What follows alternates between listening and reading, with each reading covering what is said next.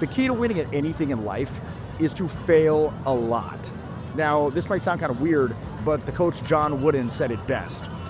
The team that makes the most mistakes usually wins because the doer makes mistakes. Now, this just isn't about basketball.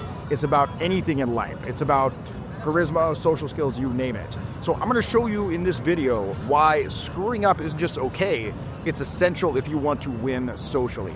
Now, John Wooden, he's not just some rando basketball coach. He's a fucking legend, right? He led UCLA to 10 national championships, including 7 in a row, and that record has actually never been broken. But what made him truly great wasn't just the wins, it was his attitude towards growth, success, and in particular making mistakes. And one of his most famous ideas was, as I said a moment ago, the team that makes the most mistakes usually wins because the doer makes mistakes. And what he meant is this: in basketball, the teams that play the hardest, take the most shots, and push their limits, they're usually going to make a lot of mistakes. And it's not because they're careless or sloppy, it's because they're just going all out, they're putting everything on the line. So if you think about it, a player drives super hard to the net and loses it in transition, or he makes a risky pass and it doesn't hit. Or he, takes a shot quickly because he's trying to push the pace and play fast. These aren't stupid mistakes. They're just the natural consequences of going all out and leaving it all on the table, so to speak, right? It's a consequence of taking massive action. Now, Wooden believed that the willingness to make mistakes is what separated good teams from truly great ones. Because when you're aggressive, when you're in motion, you're constantly learning, you're constantly adapting, and you're constantly improving. Mistakes aren't failures, they're stepping stones to success. So now let's take this into social life.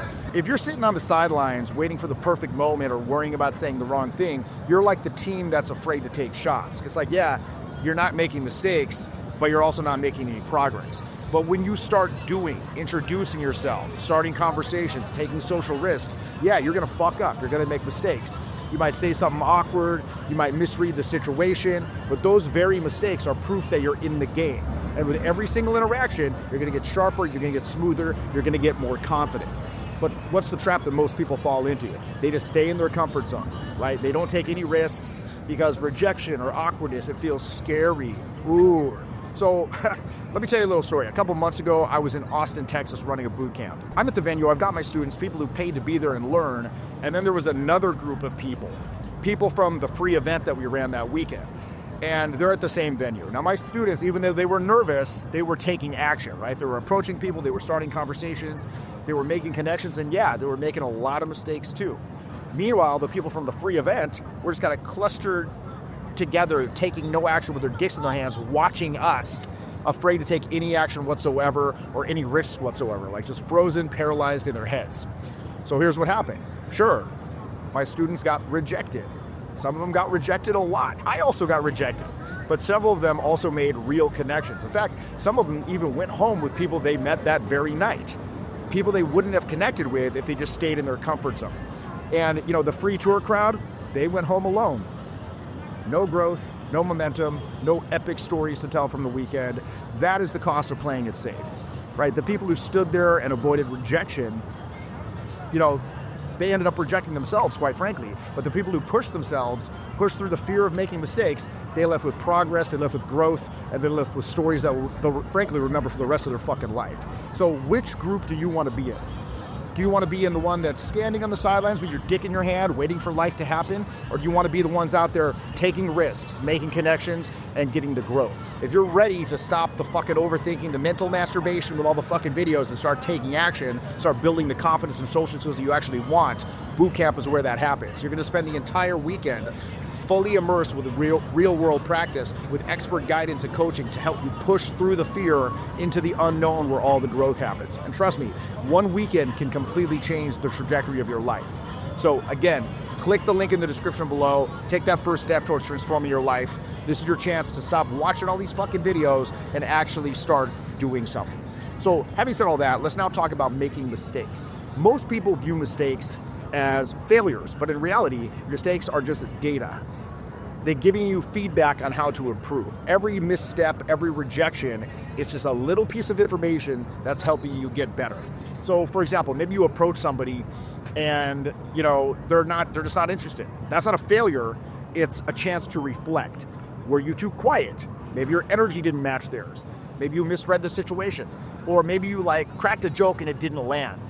Okay, well maybe your timing was off. Maybe your tone didn't match the vibe of the situation. So here's the key. Every time you make a mistake, you're running an experiment. Okay? You're seeing what works and what doesn't, and you're getting a little bit sharper every single time. Think about it like this. A scientist doesn't get upset when he runs an experiment and it doesn't match the hypothesis, right? What they do, they analyze the results, they tweak the hypothesis, they approach it again. That's how you should look at social situations. It's your lab to refine. You're out there collecting data points, and the more data points that you collect, the more that you're going to learn, the more that you're going to grow. So instead of fearing mistakes, you want to embrace them. They're not failures, they're stepping stones to success. And here's where most people get it wrong. They're totally obsessed with outcome, right? They're constantly asking themselves, did they like me? Did they think I was cool? Please love me. Did I impress them? But again, focusing on the outcome is a trap. Like looking at the other person's reaction as a metric of success or failure, it's not a good metric because you cannot control the outcome when you're approaching someone else. You don't even know who you're approaching. There's too much randomness. All you can focus on is what you did. Did you take the actions that you were supposed to take? So your metrics of success should be as follows. Number one, did I approach confidently? Number two, did I express interest in the other person? And number three, did I stay authentic and true to myself and have fun as opposed to trying to impress them? These are the metrics that matter, not their reaction, yours. When you stop worrying so much about the outcome and start focusing on the process, you stop tying your self-worth to someone else's opinion. You stop worrying about winning or losing every single interaction. You start to see everyone as a win. Because even if the other person doesn't respond exactly how you wanted, you still took the shot, you still put yourself out there, and that's where the progress comes from. That in and of itself, every approach is 100 out of 10 by virtue of the fact you did it. So again, shift from outcomes to process. That separates the people who grow from those who get stuck.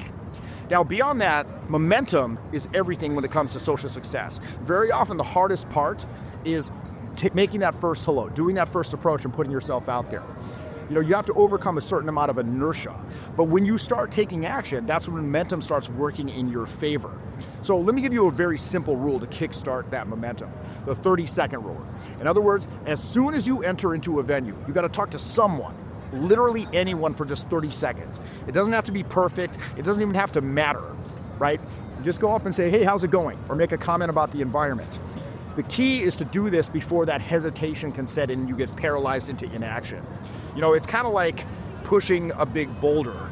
The first push is always the hardest, but once you start it rolling, hell, it might be difficult to stop it, right? So keep it moving. Another thing, once you don't just stop after one interaction. If you do one interaction, immediately move on to the next one. Again, minimize time between interactions. You want to start to hit a nice rhythm where you're like, go, go, go, go. That way, the inertia doesn't have time to grab hold of you. Remember, there's an inertia to action, and then there's an inertia to inaction. Once you start to hit that rhythm, hell, it might be difficult to stop. So the mindset that's going to change your life is there is no failure, there's only feedback. Every single mistake, every single awkward moment is just building your emotional resilience. It's giving you a new tool, a new insight. So, think about it. When you misread the vibe, you learn to pay closer attention to social cues. You develop a greater emotional acuity, if you will. When somebody says no, you learn that rejection really isn't that big a deal. I'm not vaporized, I'm still here.